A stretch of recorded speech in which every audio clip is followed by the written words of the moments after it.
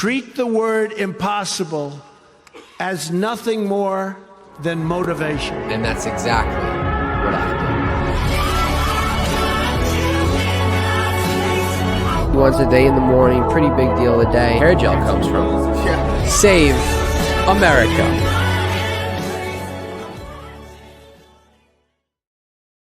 And welcome back. Of course, it's me, your favorite person. And this is the Winning Podcast. Last week's episode, the feedback, the inspiration, just the guests that we're having right now are just mind-boggling, jaw-dropping. My next guest, I talk about how this is the Winning Podcast, and then the mindset you have to be a lion, because mindset is everything, as you can see right here behind me. But my next guest, I don't know how he's alive, to be honest with you. You're like, Phil, how'd you meet this guy? Honestly, the world is pretty crazy how everybody meets. I was actually in an Uber, and I pulls up, and it's a Tesla, and it's brand new. And we're flooring it, and I'm like, oh, okay, this guy seems a cool guy. And then he starts telling me these crazy stories, and I'm like, Trent, I go, you're a winner, and I need you on my podcast. And he goes, okay, let's do it. But first and foremost, Trent, you've won at life. And a lot of people who watch my show, right, they love Batman, they love superheroes. You are a superhero. He was a former Border Patrol agent, U.S. Air Marshal. He's protected our country at every single stop. And I talk about on this podcast, we're going to have so many unique guests. And Trent, just welcome into the podcast. That's good to be here. Thank you.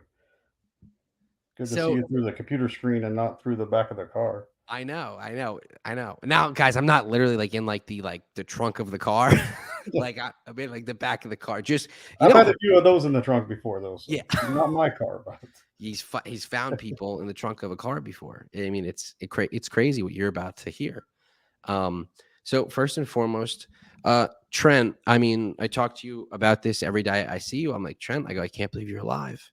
And I go, every time I have a burger, I think of Trent, and I always got to check the burger. And Trent, is it true that somebody put a razor blade in your hamburger when you were working as a Border Patrol agent? 100%. So by the way, guys, I'm Trent. I was a Border Patrol agent from early 99 to little after 2002, after 9/11, switched over to the Air Marshal service. A lot of Border Patrol agents left. Pretty hard living on the Mexican border. But back to that story. Yeah, we used to go. So we had rotating shifts every 2 weeks in my station in Laredo. So we would do a midnight to 10. The next week, 2 weeks, we would do a 10 a.m. to 8 p.m. and then a 6 p.m. to 4 a.m. So it was a rotating shift. So it was pretty tough. But we always got 30 minutes to eat before we started our shift. So we would go to the same restaurants all the time. They would give us some pretty decent discounts. So you would see the same people working, on and off. So went through a restaurant, won't mention the name of the restaurant, but it was a fast food restaurant in Laredo. There's many of them. Got my hamburger, ordered my hamburger, drove off, got down to where our area was. Because when you're in the Border Patrol, after Clinton came in office, we basically had what was called an X. So we sit in a 6-mile area and just basically did nothing. Just make sure that people wouldn't cross. We actually were there for deterrence. So I'm sitting there opening my hamburger, and I'm like, wow, this is a little weird. It's kind of broken apart. And I'm looking at it. So I take a bite into it, and I'm like, wow, what's this hard thing? And there was literally a straight razor that had been put into the hamburger patty. So we went back to the store, or back to the restaurant, me and a couple of agents, found out that it was a 16-year-old girl who had put it in because she had been offered $400 or $500 from some kids at school through the cartels to injure agents. It's pretty common actually to get things like that. I actually remember another story. We were in another restaurant hanging out. I was with my ex-wife at the time, and person came over. We ordered our food. The lady put my drink down, spit in my drink right in front of me, and walked off. And I was like, what is that about? So asked for the manager. Manager came over. He's like, well, you're going to pay for the drink. So that's how we were treated for the most part. Where I was at, Laredo, you pretty much knew who the agents were. You knew who the Border Patrol agents, small city, 200,000 people, probably 20,000 people who worked for the government in that city. So it was pretty easy to spot us out. But the same way with that happens, people need to understand that, like the Border Patrol, for instance, it's a one big family. Like the guys there's 10,000 agents on the Mexican border. You put your life in danger every day. Those guys go through absolute hell. I mean, I've never seen on a daily basis. It was pretty common for us to get beat up on a constant. I mean, we had a joke that we were the only agency that could not file assault charges against people because it was just so common. So, because it was pretty common for me to catch 150, 200 people in a group by myself. And you would have to wait 12 hours, 8 hours, 12 hours to get enough vans there to get everybody processed. So here you are sitting with 200 people 25 miles out on a ranch, and you're like, hey, what's going on? Like, how, don't run, don't attack me, don't do this, blah, blah, blah. Now, 99.9% of those people just looking for a better life, right? I mean, I would usually have them tell me stories. Believe it or not, I would be like, hey, tell me a joke about a white person. Okay, cool. I got a bunch of them. So just anything you can do to basically make the time go faster, right? I mean, put yourself not in danger. So lots of things like that. And now I still have a couple of friends who are Border Patrol agents in that area. It's 10 times worse than it was when I was there. The cartels rule the world, as we see with the kidnapping that just happened, just a few weeks ago. So, like, when you catch these 200 people on a ranch and you're out there, your partner by yourself, what makes them, I'm sure everybody's thinking the same thing, like you're mind boggled and you're saying this, what makes them all just stay there? Like, what do you have to tell them? Like, for instance, right now, let's go to a scenario. You just caught 200 Right. illegal immigrants trying to sneak in. What are you saying, like, right away that keeps them there and not, it's one of Right. you and 200 of them? Well, so most of the time in a group that size, you have 4 or 5 what we call coyotes. Coyotes are the guys who bring them across, right? They're the ones who know the area. So to give you a little idea about how it was shaped in Laredo, we had a river, the Rio Grande. It's not very deep. You could literally walk across it. There's no fence. There's no really anything besides the river. Once they get across the river, they get out into the ranches. You have about 20 to 40 miles of ranches and desert until you get around our checkpoint, right? So, trying to give a visual of that, what we would do on a normal day would be go and we would drag the dirt roads. So we would take a huge tire on the back of our truck, we would drag it, and then we would come back and check every couple of hours for footprints like you would a deer, like you're tracking deer. So then if we see footprints, let's say it's a group of 50, one of us jumps out of the vehicle. We start hauling butt after the group, tracking them like you would a deer. What's going through your head at that point? That was a pretty daily thing. Like I said, that was nothing big. It was actually that was pretty exciting for us because it was like, I mean, just like you would as a hunter or whatever. Like it's you versus them basically. Like I want to catch them, and you also there's a lot going through your head too when you see small footprints, kids' footprints. It's 115 degrees. There's no water. There's no nothing. If they get out into the ranches 2-3 days, they don't have water, they're going to die. So, you're racing against time a lot of times also. We also had sensors along fence lines. Most of the time in these areas, we have like sensors in the ground. So, for instance, we would have like a 101, a 102, a 103. They're like about a mile apart. So, our dispatch would call out and say the 101 taking 6 hits. So, we know something walked on that sensor 6 times. Could be cattle, could be coyotes, could be people. So, then what happens is 20 minutes down the road, we hear the 102 hit 6 times. Now we know somebody's walking down that fence line. So then we would know where to set up. We had a whole book, 600 pages of where the sensors were located. So back to the original question, when I got out with a group, usually when we caught up to the group, the coyotes would run. They would bolt and leave the group there. So these people have no idea where they're at. They're stuck out 25 miles in the middle of nowhere. They have no food, no water. The coyotes don't care about them. They've already got their money. So they didn't really want to run. They just don't want to be left to die. So most of the time, that's usually they would just be pretty docile with us. If the coyote was in the group, usually the coyote would try to attack us, hit us, do whatever they could do so the rest of the group could bolt. Did you But ever that was pretty, you ever have to shoot a coyote? no, not a coyote, no. So luckily, I mean, I use my asp, I use my baton, fist, hands, but never had to shoot one. Most of the time, they will just jump you to get you a distraction, and then people bolt 300 different directions. And then you spend 3-4 hours looking for people one by one, and the people you don't catch are probably not going to make it. So, and that's where, it was a daily occurrence to find dead bodies. I've probably seen over 1,000 dead bodies in 3 years. Did Like it you ever was, get jumped? oh, all the time. I mean, I had black eyes. I had a bruised pelvis. I've had, let's see, a cracked tibula. I've had a cracked elbow. So it was pretty common to get hit. Like, I mean, multiple nosebleeds. I've been hit upside the head with things. Like, it was common. Actually, one of the worst things that we had to do was most of the time when we were sitting on the X, as we call it, the area, you're overlooking the river, so you would just be sitting there, and somebody would come to the other side of the river and start shooting at you, just for no reason, and you just have to get in your car and back out. But it's pretty crappy to be sitting in your vehicle and getting shot at. Another thing, they love to throw rocks at you because sometimes the river's only 8 feet across. So they would come up and throw huge rocks at you. And most people are like, oh, it's just rocks. But these were like boulders. I've had slingshots shot at me. I mean, it's what the guys go through on a daily basis is pretty awful. And then you see the media portray it a different way. We saw the Del Rio, what happened with the Haitians there, and people saying, oh, well, the Border Patrol was hitting them with horses or whatever, which is absolutely nothing of the truth. I worked with a lot of agents. Most of the agents just cared about the people. We caught so many kids; it was heartbreaking. I mean, it was a tough job to do on a daily basis. I mean, but those guys are some of the hardest working guys there are. I mean, it was the best and funnest job I've ever had, but it was just so hard living on the border, so far away from being home in Tennessee. So, that's why after 9/11, most of us left for the Air Marshal Service. We'll get into the Air Marshal Service shortly, but you know, I talked to you about, the demographic of, my guests and all that stuff. So Right. what's it like going to sleep? You have a target on your head.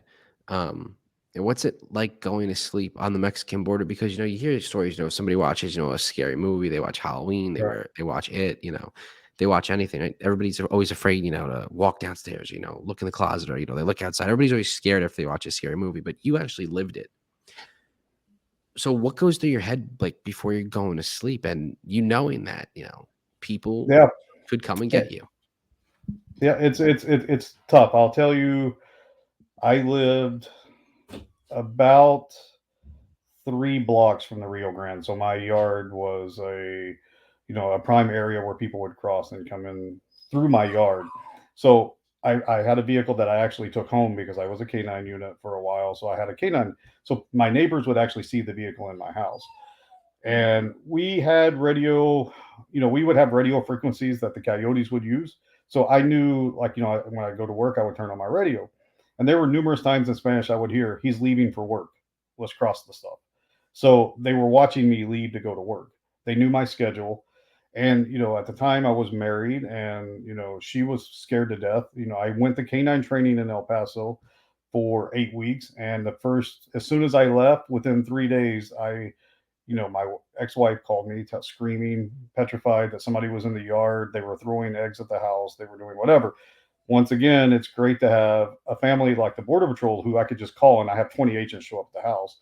And sure enough, they had spray painted house, slashed her car tires.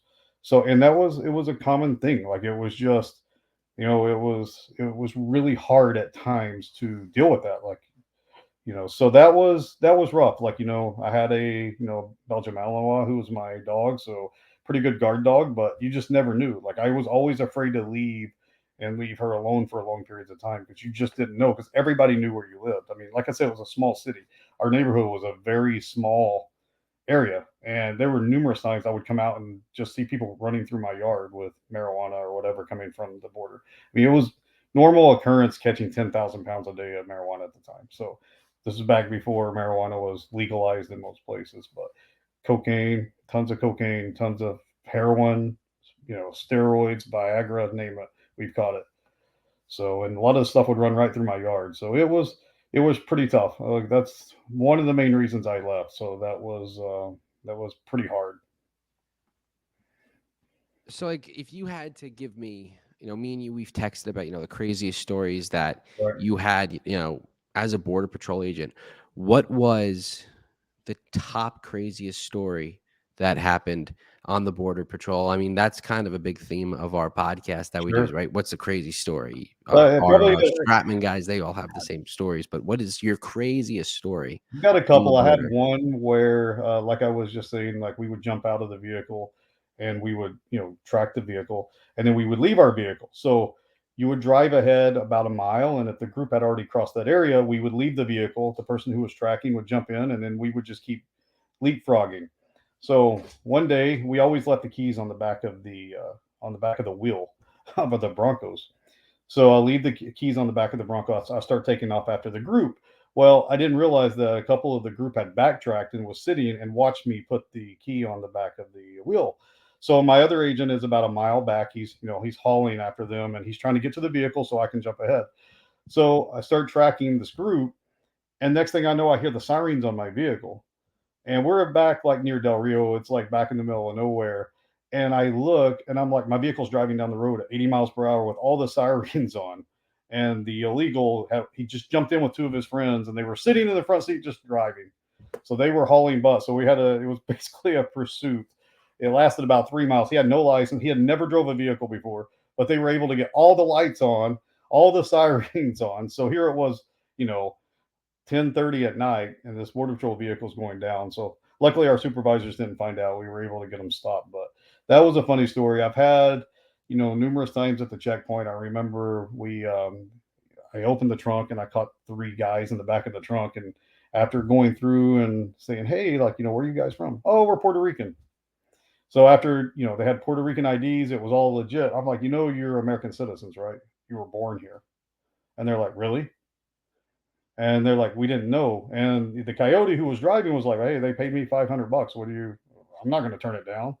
And I'm like, guys, you can literally go. Like, and so that, you saw stuff like that all the time where they actually got on a boat and landed in Mexico, came across to Laredo thinking that they had to try to get across the border. And in reality, they were American citizens and they had no idea. And they had an air freshener in the trunk. So I have to find the picture, but you literally open the trunk and they had a little air freshener in the trunk with them. So that was some pretty funny stories. Like it's some of the funny stories are actually pretty graphic, so we won't go there. But there are some other funny stories. But yeah, it was a pretty common daily occurrence. Something funny would always happen. I mean, I had a group of about 60 in two Suburbans. There were 30 people in a Suburban. They went through a fence, so we were chasing them through the fence running. And as I went through, I tripped on the barbed wire and landed on a small cactus. It has a little like needles, little pin needles that are very small and thin. Yeah. Yeah. So I got about 60 of those between my legs, all through my Oh, anus. So I had to yeah. go to the Whoa. hospital and spend 4.5 hours while a nurse picked those little Oh, peenays wow. out. Yep. All right. Next story. Yeah. So so fun stories like that. It's a good way to spend the night. Wow. So that is that is crazy. Now, me and you, we talked. What was the most expensive bounty that was on your head? So there were numerous times. So where we were, the Gulf Cartel was pretty prominent. So the Gulf Cartel is actually still pretty prominent in that area. So they would put out like $10,000, $5,000 bounties for border patrol agents. They would put them in the newspaper, but they would put them under like codes. Um, the issue is in like Laredo and places. Like I said, the girl that put the razor blade in my thing was 16. The issue is they would get to the high school kids because Laredo's very poor. So kids 16, 15, they don't have anything. So the cartels would literally put people in these schools to recruit. So a lot of the cartel who would work in those areas, the kids are 16, 17, 18 years old. Those are the ones who you had to worry about because those are the ones who just really didn't think about it. Like a cartel member, a high ranking cartel member is not going to go hit a border patrol agent because he knows it's going to bring a lot of flack to them. But if a 16-year-old does it, so what? We had numerous times where, I mean, like I said, I had guns shot at me. I mean, I remember once in the vehicle that somebody shot a gun. I don't even know where it came from, but it came from a local school, 2 o'clock. And so it hit the vehicle. So it was pretty common like that. And you kind of just got used to it. I hate to say it, but you just kind of kind of just went on with your life. Like you knew that that was part of the job. Our border patrol training was 20 weeks. It was probably one of the toughest border patrol academies in the world, or the toughest law enforcement academies in the world. And we were prepared to die any day, for the country and for what we did. I mean, you got to the point though where people would come to the checkpoint on Christmas and they would bring you gifts, the locals, but you were afraid to even try the food. Like, they would bring you cookies or whatever, but you had no idea like what's in the cookies. So we always stayed away from that unless we knew the people. Oh my gosh. So, Air Marshal. Right after 9/11, you joined the Air Marshals. What was that experience like, going from a border patrol agent to then becoming a Air Marshal? Yeah. So one of my best friends who was a border patrol agent, Jason Panitas, he was killed in the line of duty, I believe in June or July of 2001. As a border patrol agent? Correct. Yeah, What he if was if he if you was don't hit mind, by if you so don't mind, we can you tell us the story? yeah, so we Jason was a really good guy. Jason uh was he had like one leg that was shorter than the other. And for somebody to make it through the Border Patrol Academy, having a disability like that is pretty freaking amazing. The guy was gung ho. We had a lot of agents who would like, they're in their 50s, 60s, they're ex Vietnam, they're like, hey, I just want to kind of get through the night. Let's just chill, whatever. Jason was one of those like shift starts at 9 o'clock, from 9 o'clock till 7 in the morning. You're running with him. Like you're going to be exhausted. Like you're tracking people. So one night he was out. He was out. We had what was called Port Laredo. That was a train station, uh, train track. So illegals a lot of times they come on the trains and then they'll jump off when they come into the port. So there was an underpass under the road. So him and his partner basically got on both sides of the road. They got the illegals out. I think it was a group of about 8. They're walking them down this back road. I believe it was around 11 o'clock at night, 12 o'clock. And a tractor trailer comes coming down the road, and he's doing 50, 60 miles per hour in a 25. He doesn't have the back end on the truck, but he's flying. So the agent in front waves his flashlight at him saying, hey, you need to slow down. He swerves to the other side and hits Jason full speed and basically takes him for about a mile and a half down the road, kills him instantly. So I mean, I think Jason was maybe 32 years old, 31, 33, something like that area. And I think his girlfriend had just died from cancer too, just a few months ago. His mother was devastated. He actually is from Jacksonville. He's buried in Jacksonville. But that probably he was one of my best friends, so that was really hard on me. I went through a pretty tough time after he passed away, and then my mother had passed away. So when 9/11 happened in September, like they put a mad rush on air marshals. So they were looking for people that did not have to do their background again. So of course, border patrol agents already have their background, so they hired 5,000 air marshals right off the bat. And so I actually started March of 2002, so only 5 months after. Went to Atlanta. You know, jobs aren't always the best. You leave, you always think the grass is going to be greener on the other side. I mean, I was closer to home, but now I'm flying 80, 90 hours a week, 5 days a week. You're dealing with all the stuff after 9/11. It's different than it was today, as people that remember, like security was amped up. It was really a different experience. So we would just fly. Basically, my first 6 months was Newark and back from Atlanta. So I would fly to Newark. I have a 3 hour layover, fly back. You were incognito, sit first class. I remember my second week, they had trained us basically to, you don't tell people what you do, blah, blah, blah. So I'm sitting next to somebody in first class going to Newark. Hey, man, what do you do for a living? Oh, I'm like, oh, I'm a teacher. Oh, why are you going to Newark? And I'm like, oh, I'm just, I'm going to Newark just to see some friends. We got a family reunion. We're staying for the weekend. Oh, that's cool. So, we talk. He gets off the plane in Newark. I get off the plane in Newark. Get back on the plane in Newark because, I'm coming back to Atlanta. And guess who sits next to me again? The same guy coming back. And I'm like, he's like, oh man, my meeting canceled. Why are you on the plane? And I'm like, oh, my party canceled. So like that was like my first week there. I'm like, this is going to suck. Like having to make up a story because on a lot of business flights, we'd fly to DCA. You'd get a lot of the same people every day, every week, and you'd forget who you tell what to. One day I'm a teacher, one day I'm a dentist, one day I'm a whatever. and then you see the same people again, and they're like, "Wait a second, last week you were this." You're like, "Oh, So it was, You're like, I'm Batman. yeah, that's exactly it. And people started realizing who you were because you would have these people who would fly a million miles. They get on the plane and they're like, "How'd you get on here before me?" Right? I mean, I'm like, "It's magic." So, but it got really old flying. I mean, I've been on planes where the oxygen mask kept come down. I've been on planes where the landing gear didn't come down. Like, so I don't even like to fly anymore. I mean, I flew so much. I've been to all 50 states. I've been to 17 countries. So, but a lot of times you would get to Seattle at 11 at night and have to be back at the airport at 6 in the morning. Like, it's pretty exhausting work. Really, nothing really ever happened too much. I mean, other than the fact that, like, they would send you on a flight to France on Christmas Day because they thought somebody was going to bomb the plane and the person didn't even get on the plane. So you had to wear suits. Our bosses were Secret Service, so it was pretty crappy with the fact that, like, we were carrying a 357 under our shirts, and they're like, "Oh, you got to wear a suit," and you're like, "Really? I'm going to Puerto Rico on a Sunday." So, and they would actually, you would land somewhere. I remember landing in, I think I was in like Dominican Republic, and I had a supervisor there saying, "Tell me, meet me at gate 2A." And he's like, "Where's your coat?" And I'm like, "I didn't bring it." And he's like, "All right, that'll be 2 days out without pay because I didn't bring my jacket on a Sunday." So they would just do a coat check on you. It was just insane. So last I heard, there's only about 300 air marshals now. There were 5,000 when I left. I left in 2007, so there was about 2,500 left.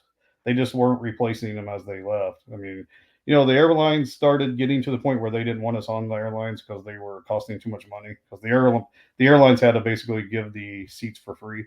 And they want to give their first class seats to their paying customers and things. So, and they're like, "We don't need you anymore." Like, so it's okay. So they kind of started phasing us out. But a normal day would be for me, Atlanta to DCA, and then I would go from DCA. I'd take a shuttle to LaGuardia. From LaGuardia, I'd take a shuttle back to DCA. From DCA, I would come back to Atlanta, all on the same day. So Oh we my call that the god. Triangle of Hell.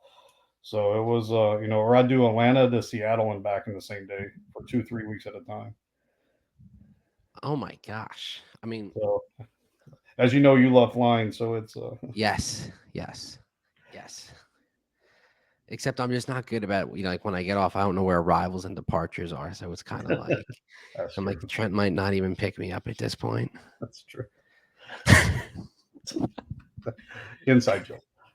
Yeah, inside joke. People, I think people know. Like, I mean, the other week, all right, now we enter the joking part of the show, everybody. The other week, you bring me home and I looked like I robbed a Lululemon store. I had my black Fiofo hat on, and I had on, my black Yeezys. I didn't get the Kanye memo, I guess, at the time, and then I had on, my Lululemon gray top, gray pants, and I mean, normally like Trent will like. I mean that day I think Trent was just pissed off with me as it was because I was like, okay, No, never. let's leave at 10 a.m. No, Trent, let's do 10:15. I'm gonna get there too early. No, 10:30. And Trent goes like, Phil, like make up your mind. Trent arrived at exactly 10:10.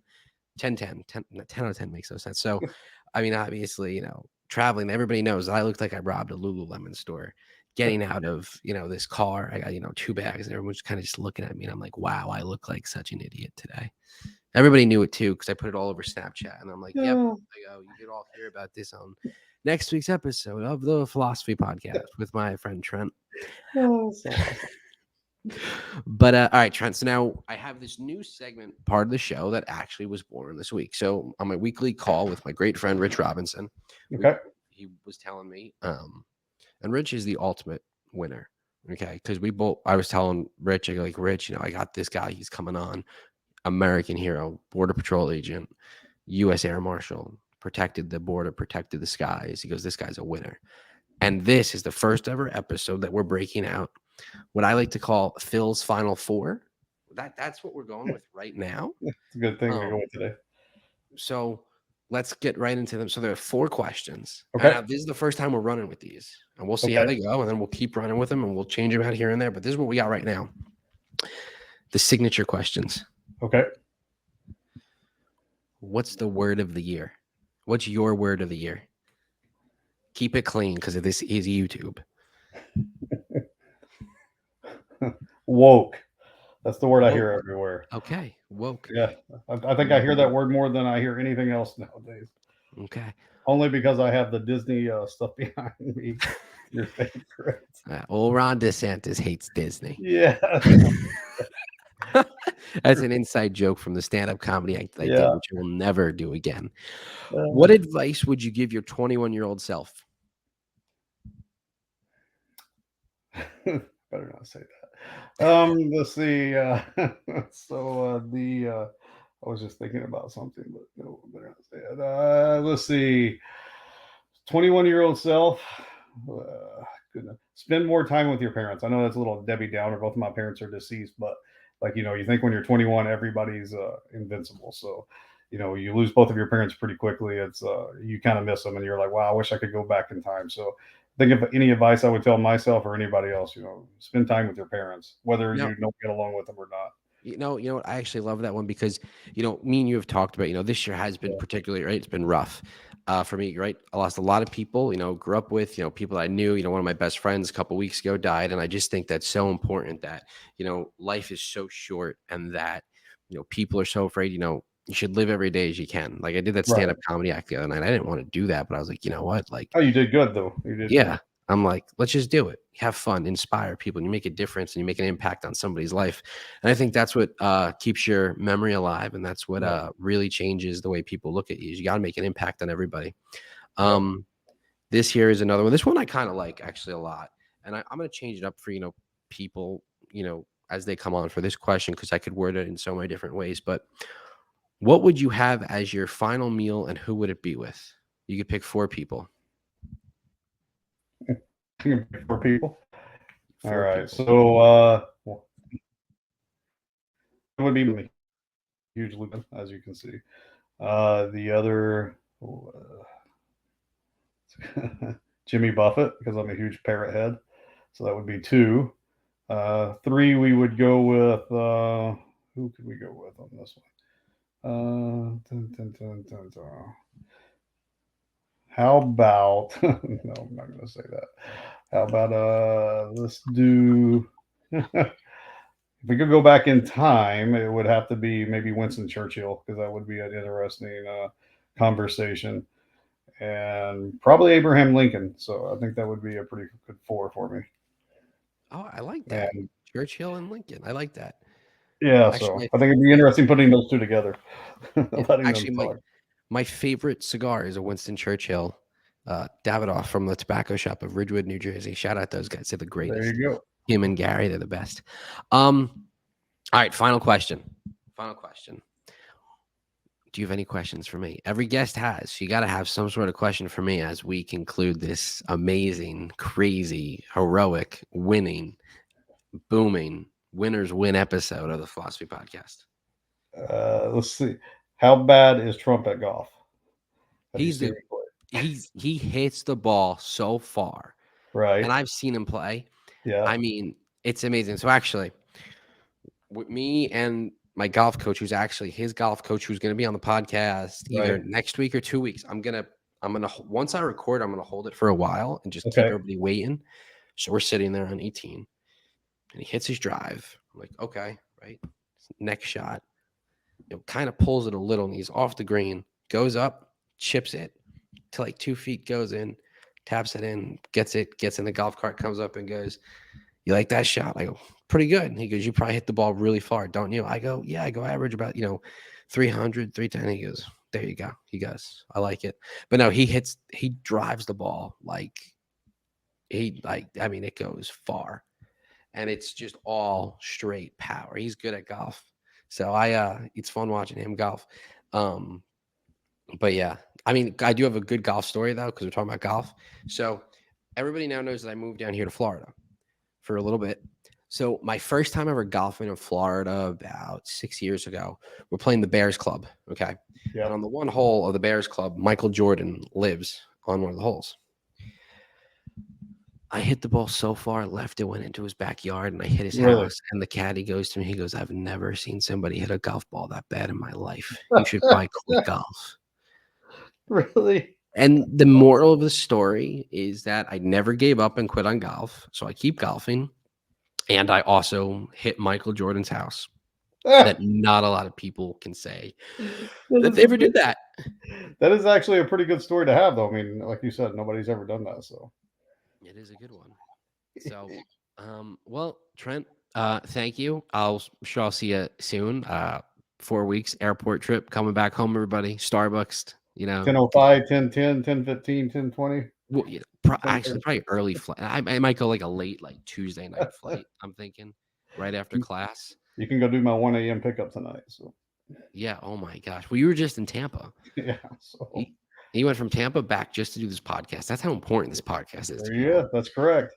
All right. Well, Trent, listen, you are a winner. Thank you. And hey, everybody, Appreciate it. you're a winner. Winners win. Philosophy, always there. Never stop. Boom.